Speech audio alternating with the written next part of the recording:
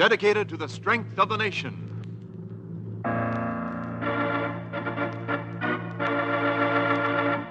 Proudly we hail.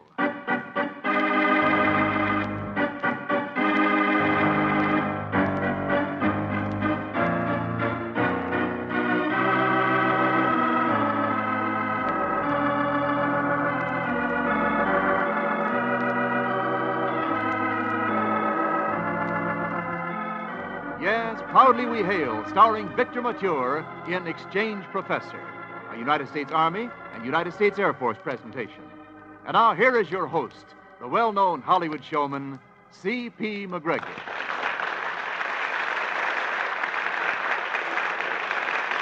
Thank you. Thank you very much, ladies and gentlemen, and greetings from Hollywood. Welcome to your Theater of Stars, where all the foremost names of the cinema join us in plays we know you'll enjoy. Our star, making a return engagement to our microphone, is the very popular Victor Mature. Our story is a comedy romance called Exchange Professor. We'll have the curtain for Act One in just a moment, but first, here is Wendell Niles with an important message. Young man, be a volunteer. Your Army and your Air Force urgently need men right away. Take advantage of the many choices of jobs now open to volunteers. If you are single and between the ages of 18 and 34, enlist right away. Get full details at your nearest U.S. Army and U.S. Air Force recruiting station today. Serve yourself and your country. Be a volunteer. And now, back to your host, CP MacGregor. The curtain rises on Act One of Exchange Professor, starring Victor Mature as Dr. Philip Clark.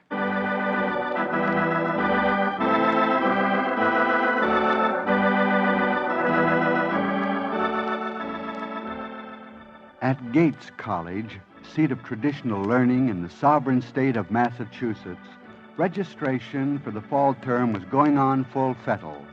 On campus, there was a general air of excitement, gaiety, and anticipation. But in the private office of Owen Cartwright, president of the college, there was considerable tension. Tension occasioned by the presence of Dr. Philip Clark, the rather handsome young philosophy professor.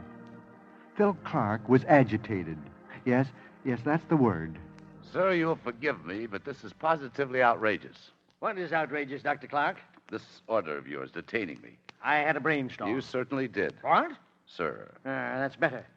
You must never forget your place with your president, Dr. Clark. Well, I will say that you make it difficult. Oh, come now. Philip, if you'll excuse the colloquialism, just what are you beefing about? I'm beefing about the fact that I have to remain here 3 more days. Why are you in such a rush? I had it all planned out. The Queen Mary sails for England Friday. That would allow me 3 exciting days in New York City. But no, I'm stuck here. What's so fascinating about New York? New York has its fascinating aspects. Grant's tomb? Oh, no. You're forgetting to laugh at the little jokes your president makes. That better? Yes, your frame of mind, Philip. That almost constitutes a yock. Yock in radio parlance for a huge guffaw. But getting back to New York, why such interest? Couldn't be a romance. Of course not. I was afraid of that. Foolish question. All I wanted was a couple of days to myself away from academics and textbooks to do, I don't know what. Ride the subway, eat in the automat. Yeah, maybe even visit Grant's tomb. Phil, you are manifesting tension. Loneliness. I am not, sir. All right, Phil. But let's look at things. What are you growling about? Look what you are. Exchange professor. Look what you've got. 1 year at the University of Bristol. The most sought-after exchange this year. Every person on the faculty wanted it. And you got it, especially chosen by the trustees. Now, why the sour grapes? Because you're keeping me here, that's why. All I want you to do is to orientate the exchangee from Bristol. But why must I do the orientation work? Just a courtesy. And because it works out. We matriculate earlier than they do. Great. You know, I could have insisted that you fly to England. There was provision for flying in the exchange. I could have kept you here a week. All right, I bow to the inevitable. Now you are manifesting intelligence, Philip, my boy. It's only a few more days. Besides, he's bound to be a nice chap. I've got his name here somewhere. Let's see. Yes, here we are. Paul Wingate. Say, he's due to arrive on the 6:30 train. Yes, sir. Miss Beasley, check and see if the 6:30 train is on time, would you? Very good, sir. And find out what the television schedule shows tonight, will you? Yes, sir. No, Phil, you shouldn't mind giving us a mere 3 days. I believe I said I'm resigned to it. That's the spirit. Sir? You know, getting this exchange professorship hasn't hurt you a bit. You should have heard Governor Winton raving about you. We're indeed fortunate to have the governor as chairman of our trustees. And to think he almost went to Yale. I wish he had. Yes? The train's on time, sir. Thank you. Oh, and, sir, the television schedule shows book law at 7, round table at 8, science forum at 9. Oh? No Hoppy tonight? Tomorrow night. Oh, so it is. Thank you, Miss Beasley. Get your hat, Philip. We've just time to get to the station. Goody. Philip, everything's going to be fine. Prexy always knows best. Yeah.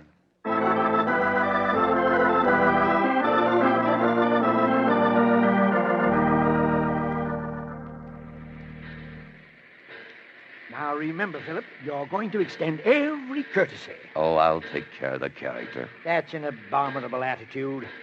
Say, I wonder where he is. Maybe he forgot to get on the boat in Bristol. I beg your pardon. Yes. You seem to be looking for someone. Are you possibly from Gates College? We are. Yes. Well, I'm Wingate. Wingate. Paula Wingate from Bristol. But you're wearing a dress. Were you by chance expecting me in muffler and greatcoat? Yes, I mean, we were misinformed. Prexy, it's a girl. And a very lovely one, too. Miss Wingate, I trust it is Miss Wingate. That's right. I'm Dr. Clark. I'm exchanging with you. Well, I'm delighted to meet you, Dr. Clark. And this is President Cartwright of Gates College. How do you do, Miss Wingate? Oh, I'm overwhelmed, sir, that you would be so very generous as to come to the station to meet me. Why, it's an honor. You'll excuse the seeming confusion. We were expecting a man, weren't we, Prexy? Yes. You see, your name came through as Paul Wingate. That's strange. Well, I dare say under the circumstances you were amazed. Amazed is hardly the word for it, eh, Philip? What's that? Philip, quit staring at Miss Wingate and go arrange for her luggage. Oh, forgive me. Oh, I can do that. Oh, no, I'll be glad to. No, Here. I insist. Please, I'll only be a moment. Hubba. Does Prexy know best? Nonsense. You seem to be taken in by the landscape. Don't be absurd, sir. A most attractive young lady. I should think you'd thank me for detaining you here and giving you the privilege of showing her the campus for a couple of days. I'm not interested in guided tours. I think I made that plain in your office earlier. However, I will be obedient and do my very best to familiarize the young lady with her duties.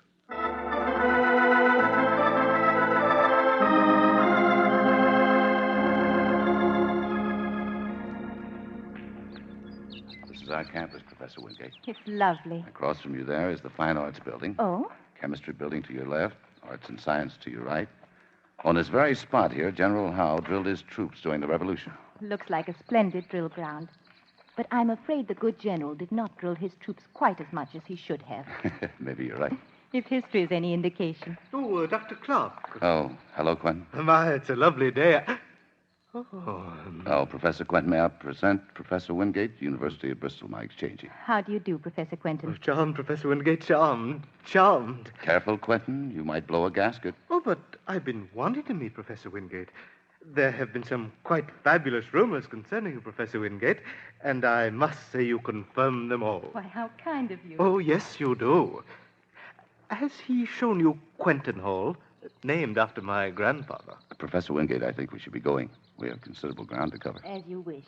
I enjoyed meeting you, Professor Quentin. And I. But, oh, look at this Cynthia bush. Just like in Hubba. Not to you, Quentin. Well, she is quite lovely. Every man to his own opinion. Oh, you're just grousing, Philip, because you're going to spend the year in England. Well, bon voyage, old chap. Happy landings.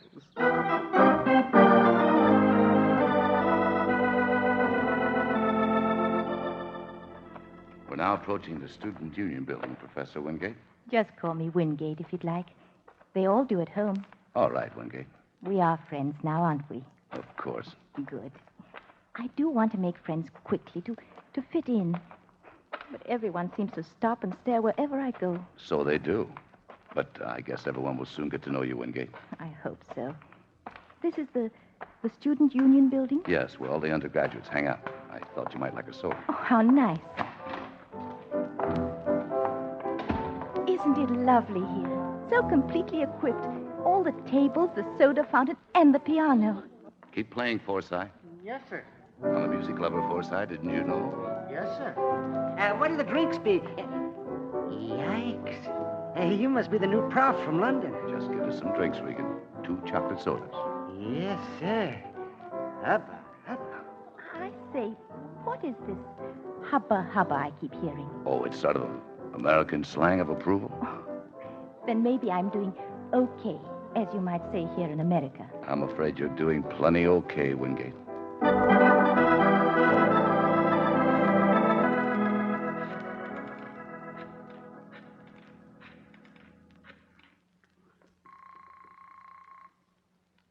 Hello? Wingate, this is Philip. Yes, Philip. I wondered if you might like to drive up to the observatory tonight. Oh, I'm sorry. I have an engagement with Professor Quinton. Well, that should prove exciting. Well, I find Professor Quinton quite interesting. His family is closely associated with the college here. Yes, and he'll be the first to tell you. Perhaps tomorrow night we could manage it. Oh, dear. Professor Quinton's also asked for that. Well, I'm terribly sorry. I suppose Quentin has also asked to see you the following night, my last night here? Oh, no, he hasn't. Then? That will be lovely. Oh, thanks, Wingate. You know, you'll like the observatory hill. I'll call for you at 8.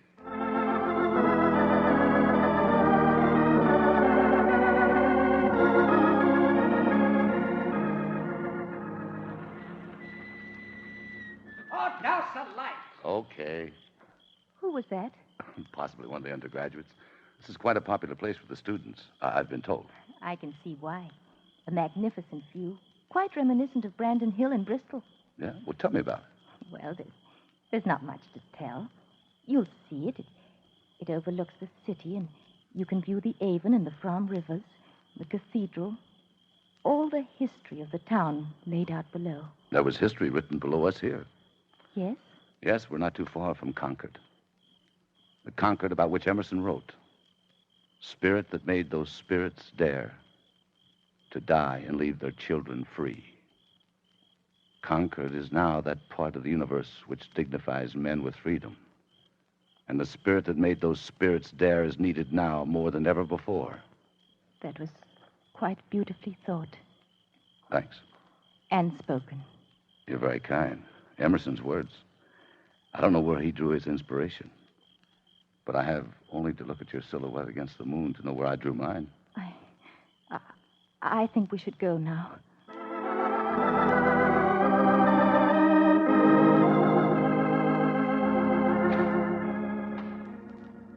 Well, I bid you a very reluctant good night.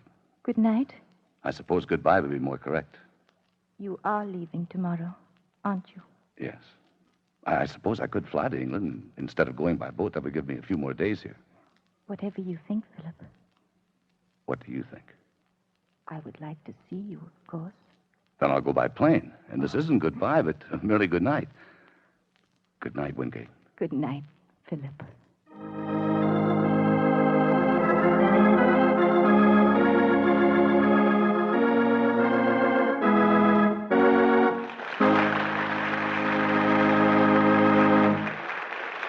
We pause briefly from our story, Exchange Professor, starring Victor Mature, to bring you an important message from our government.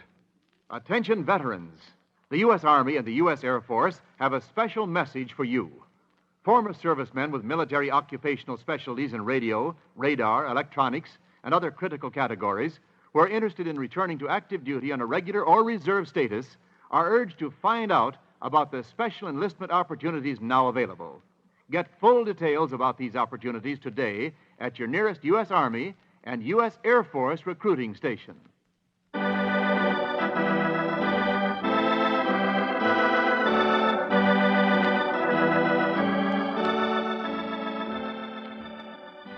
The curtain rises on Act 2 of Exchange Professor, starring Victor Mature as Dr. Philip Clark. Dr. Philip Clark, Exchange Professor to the University of Bristol, has managed to salvage a few precious days at Gates College in order to be near Paula Wingate, the British professor with whom he is exchanging. The days pass quickly. On the evening before his scheduled departure for England, Dr. Clark calls to pick up the lovely Miss Wingate. As he approaches her apartment, he bumps into an extremely irate Professor Quinton, who is going the other way. Well, Quentin, Joe, is that a nice sort of greeting for a colleague? you're no colleague of mine. What's the matter? Did Wingate tell you she's going out with me tonight? Yes, she informed me. You've certainly monopolized her. When are you leaving for England? Tomorrow? Oh, thank heaven. You couldn't possibly make it tonight? And ruin Wingate's evening? Never. You're impossible. Good night. Good night, Quentin.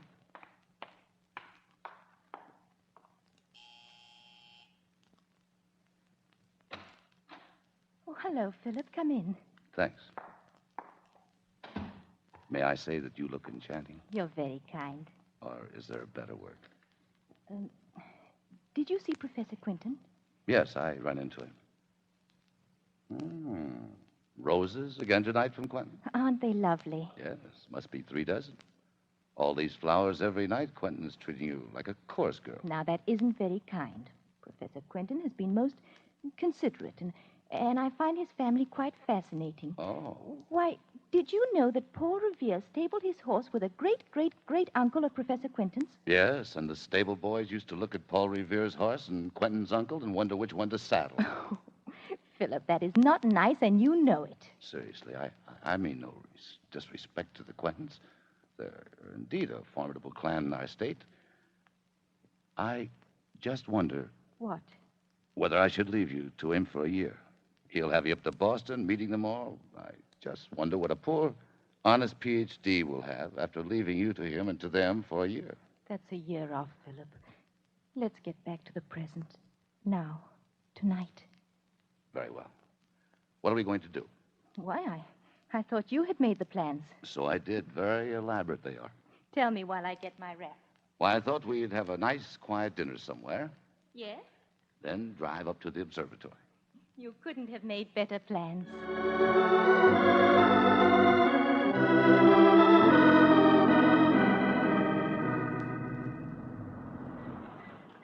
Philip, I think you should... Douse the lights! See what I mean? Okay. You always forget. So I do.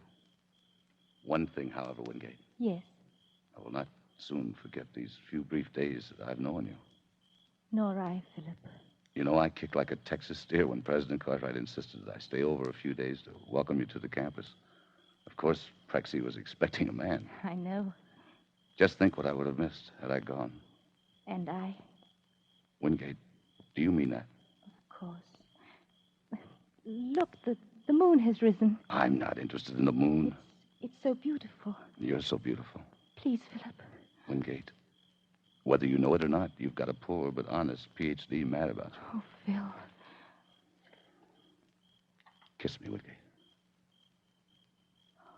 Wingate, I love you. I was praying for you to say that. Say it again. I love you. That will have to last for a whole year. I know. I mean, no, I won't go through with it. What are you talking about? I'm not going to England. Phil, you're being insane. Your plane leaves in the Not morning. with me on it. I'm not going to leave you here for a whole year. Where are you going now? I'm going to take you home, then I'm going to talk to Prexy. But there's so little time. I'm afraid it's impossible. Nothing's impossible, Wingate, to a man in love.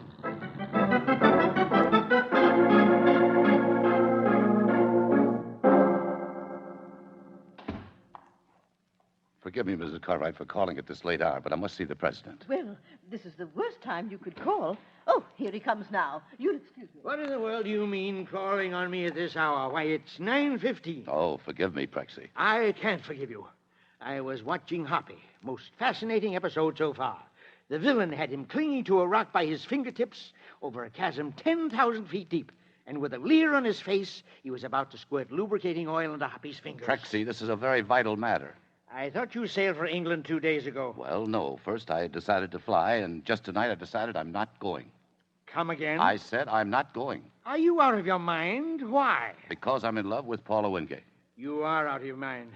I mean, it happened so quickly. You're telling me. Well, I'm delighted for you. Then you will send an alternate. Impossible. Prexy, nothing is impossible to a man in love This because... is impossible, and I refuse to discuss it further. It would mean getting the approval of Governor Winton, the head of our trustees. There's the relationship of the two schools involved, and it's absurd to try anything so fantastic at such a late hour. But look, if you would Besides, only... Now- a year's wait will do you good. You're so impetuous, Philip. Please, Prexy, look. The matter's closed. Good night, Philip. Dear, is the commercial over yet? Has he started to squirt the oil?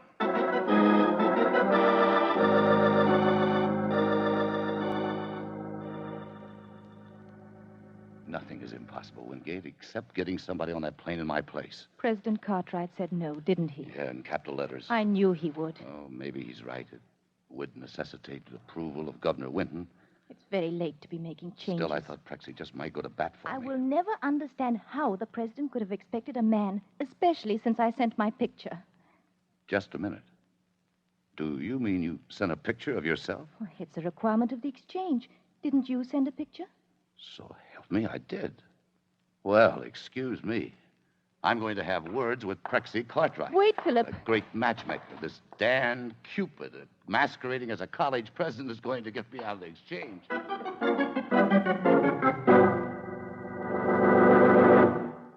Well, I... Didn't Wingate send you her picture? Didn't she? Well, I... Didn't you plan the whole thing? Why, no, Oh, trapped. Yeah, you certainly are, and you're going to call Governor Winton right now. Why, it's nearly 2 a.m. No one ever calls him at this late hour, even to tell him he's been reelected. Come on. Start putting the call through. I'll get on the other line. Well, prepare yourself for an explosion. I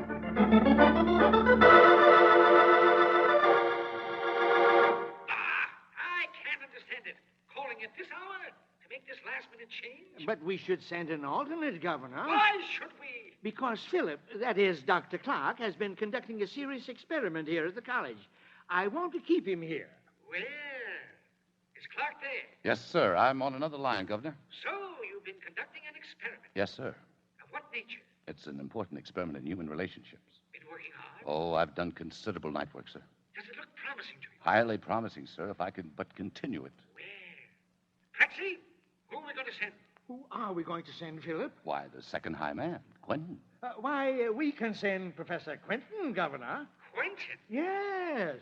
Well, it's a shame to do that to the University of Bristol, but perhaps the circumstances allow it. You have my approval for the change. Well, thank you, Governor. Now. All we've got to do is convince Quentin.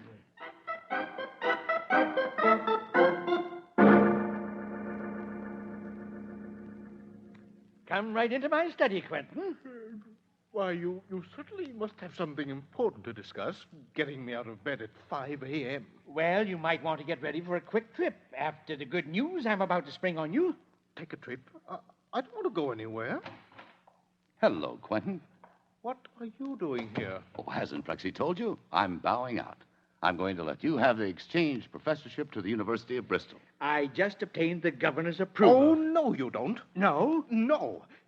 Philip just wants to get me out of the way so he can have the field with Paula Wingate all to himself. Is that bad? It so happens, Prexy, I have decided that with careful training, Paula Wingate might be suitable to don my socks. Oh, no. To carry on in the Quentin tradition. Well, for heaven's sakes, now things are in a stew. I wish there was someone here who would show some loyalty towards this college. Excuse me, Philip. There is someone here wants to see you. Coming. Excuse me a minute, Prexy. And are you bottleneck? Bound. Oh, Philip. Paula, Philip, I had to rush over to tell you. I tried to call you, but the phone was busy. we've just had a long talk with Governor Winton. Philip, I didn't tell you, but tonight, after it seemed hopeless for you to stay here, I cabled the university to see if it wouldn't be possible to send an alternate to take my place. Yes? So that I could be in Bristol with you.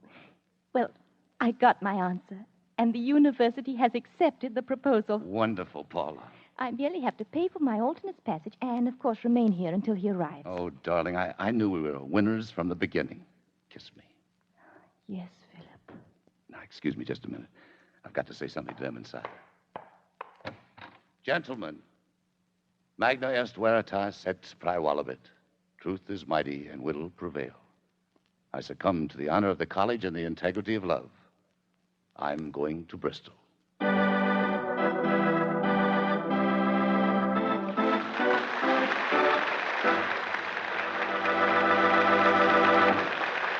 The curtain falls in the final act of Exchange Professor. Our star, Victor Mature, will return for a curtain call after this timely message from Wendell Niles. Young man, volunteer today for enlistment in the U.S. Army or the U.S. Air Force. The Army and the Air Force wish to meet their manpower requirements with the greatest possible number of volunteers. Hundreds of jobs in a wide variety of career fields in both the Army and Air Force are open to volunteers who can qualify. If you are single and between the ages of 18 and 34, get full details at your nearest U.S. Army and U.S. Air Force recruiting station today. Now, back to our star and your host, CP MacGregor. Vic, I just saw your new 20th Century Fox picture, Stella, with Ann Sheridan. Well, did you like it? I certainly did. And something else. I think all your fans are going to like the new Victor Mature. The press is going to have to dig up a new tag to substitute for that hunk of man they hung on you. Maybe something more in the romantic department. Well, that's kind of their problem. My problem is I'm in a romantic slump right now. How's that? Well, when I first came out here, they had my motion picture romance mixed in with wrestling a dinosaur. Yes, I remember. That was in 1 million B.C. That's right. Then in Samson and Delilah, my romance wound up with me wrestling a lion. And in my last picture, I wrestled Ann Sheridan. You call that a romantic slump? No, CP. What I call a slump is that there was no catch to it. Why, I didn't even have a jawbone of an ass. Oh, say, CP, by the way, I remember that this broadcast goes overseas through AFRS, and I'd like to tell the boys that my old uniform still fits, and they'll know what I mean. I'm sure they will. Incidentally, Vic, we're going to have a fine star coming next week, Brenda Marshall. Say, she's great. So is her husband, Bill Holden. What's the story about? Well, Victor and ladies and gentlemen, Brenda Marshall will star in an action drama called The Gold Digger and the Miner. This is the story of the West and the never-ending search for gold. A girl graduate mining engineer, desperate for a job, takes over a geology assignment to relocate a lost vein.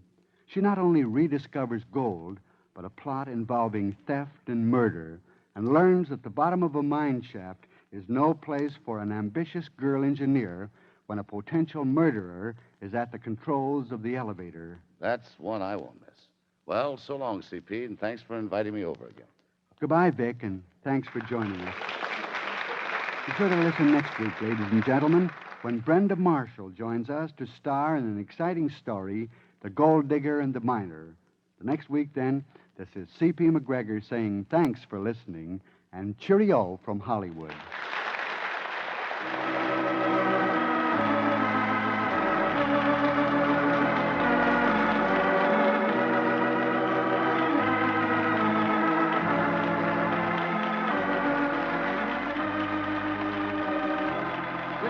Appeared through the courtesy of the Hollywood Coordinating Committee, which arranges for the appearance of all stars on this program. The script was by Rich Hall, with the music of Eddie Dunstetter. This program is transcribed in Hollywood for release at this time. Wendell Niles speaking.